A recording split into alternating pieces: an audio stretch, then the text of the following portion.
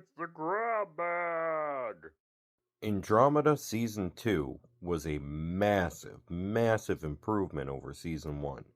I was very happy with it. For one, the budget went up. Two, the writers got better. And it really helped out that, Dylan Hunt wasn't just sitting there saying the same line every single episode. Um, what makes it also really good was that they continued the whole we have to worry about the Magog coming, so we need to build the Commonwealth. We have a reason for it. And then they also had from the opening of the first episode when they had to go on the Magog ship to free Tyr and Harper. There were consequences because both of them had the larva put inside them because that's how the Magog reproduce. Basically, they put their larvae into live hosts, and when the Magog babies grow out of the larva state, they eat their way out of the host. So it's a little bit like the xenomorphs from Alien. On top of that, you have the fact that there's literally trillions of them on this ship, and it's a ship with, I think they said it was like 12 or 13 planets with a sun in the center, and it flies through space and is capable of entering slipstream. And this thing is the most absolutely awesome idea for a show I think I've seen for a long time. So we have this existential threat.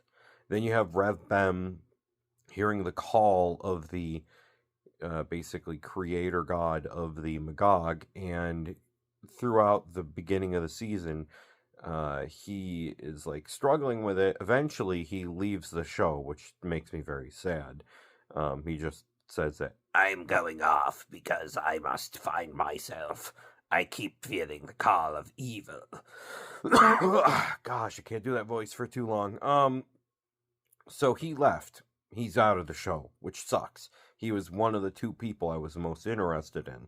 The other one is Trance, and yes, they did do a lot with her this season, making sure to give the whole idea that she's way more than she seems, which I think basically she's like a sentient black hole, because we have sentient black holes now, okay? And she is one of many, and in this season we find out that there's another one, definitely. And he just was talking to her at one point, was like, we miss you, we want you to come back, but they aren't making her. So they're basically, they're like Q's from Star Trek, and there's more than one of them, and she's just allowed to be out and about. But on top of that, the mid-season episode, the mid-season finale for this series was when Harper had to get the larva out of him. So Tyr was successful in getting him removed because he's a genetically engineered, basically super soldier. So he could handle having the larva removed, but Harper, being a regular human, would have died because of how bad it was. And it was pretty bad. Tyr barely survived, and he only survived because he is genetically engineered. So we have this episode where Harper steals the tech, well, not steals, but basically copies the tech that these bad guys have, which allow them to basically warp reality around them. And he creates a Tesseract device, which causes some issues because different times are all colliding from the past and the future. And in this episode, Trance meets her future self and trades places.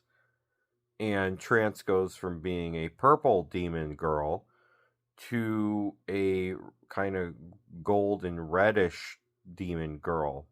And instead of having a tail, she's got horns.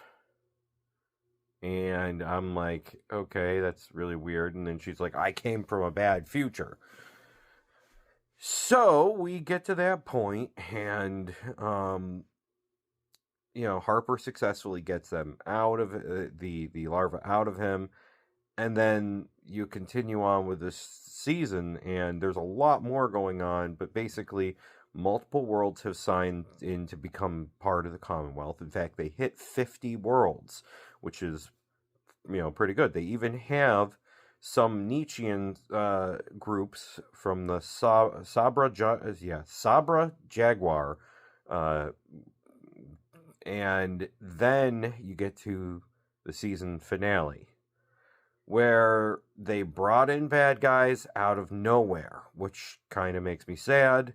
I don't know if they're going to do any more, but the bad future that Trance came from was that they all got wiped out by these aliens. They just came from a dimensional portal.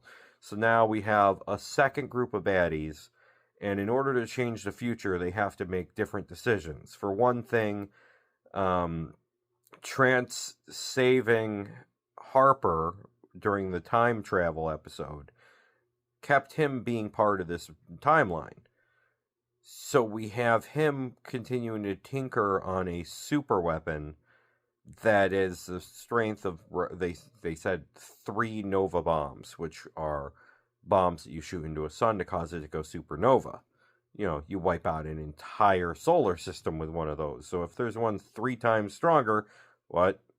And then the other thing is that because they know things went bad, they changed some of their strategies.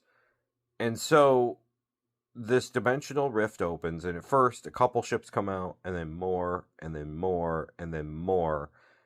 And then Harper loads a missile onto the onto Becca's ship, and Becca flies the Maru out, and in the bad timeline, she fired it too early and it destroyed the Andromeda.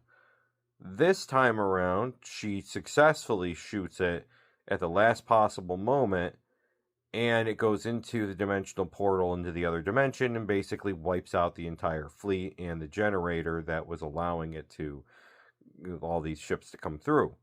We have no idea what the aliens were about, anything like that, but it just simply made the Commonwealth even stronger, and now they can go back to worrying about the Magog. So now we're in season 3, and I'm going to have to see what happens from here. I am now 2/5 of the way through the series, and I'm enjoying it a lot, and I'm hoping season 3 keeps up the pace.